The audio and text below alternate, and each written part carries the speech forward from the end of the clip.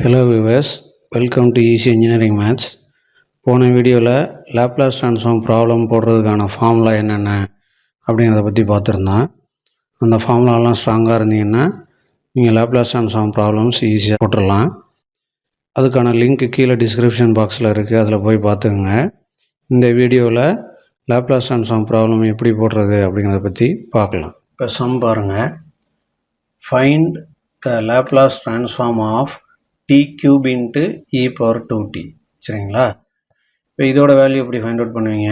இப்போ இது என்ன ஃபார்முலா இருக்குன்னா e power at into f of tங்கிற ஃபார்முலா இருக்கா?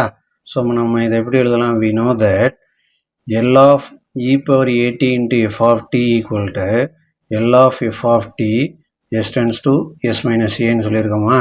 ஸோ இப்போ இந்த ஃபங்க்ஷனை இந்த ஃபார்முலா எழுதணும். சரிங்களா? இப்போ நம்ம என்ன கண்டுபிடிக்கணும்? L of t cube into e power 2t. சரிங்களா?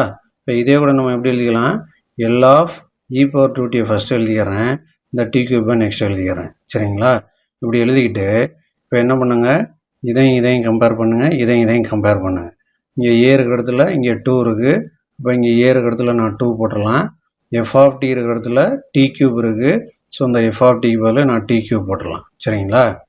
So f of t equal to t cube வந்துடுது. சரிங்களா? ஸோ இப்போ இது என்ன, இந்த எல் அப்படியே வந்துடுறேன்.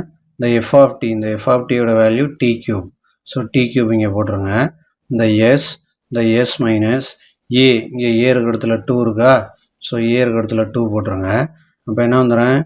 L of t cube s tends to s minus 2ன்னு வந்துடும். சரிங்களா? இப்போ இந்த L of t cube value நம்ம ஏற்கனவே பார்த்தோம்.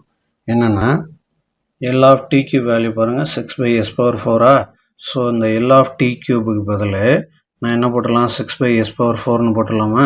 So L of t cube பதில் 6 by s power 4, இந்த s tends to s minus 2ன்னு அப்படியே இருந்தோம். சரிங்களா?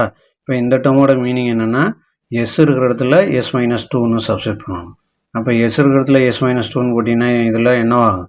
6 by s minus 2 whole power 4ன்னு வந்துடும். இதுதான் நமக்கு தேவையான ஆன்சர். சரிங்களா?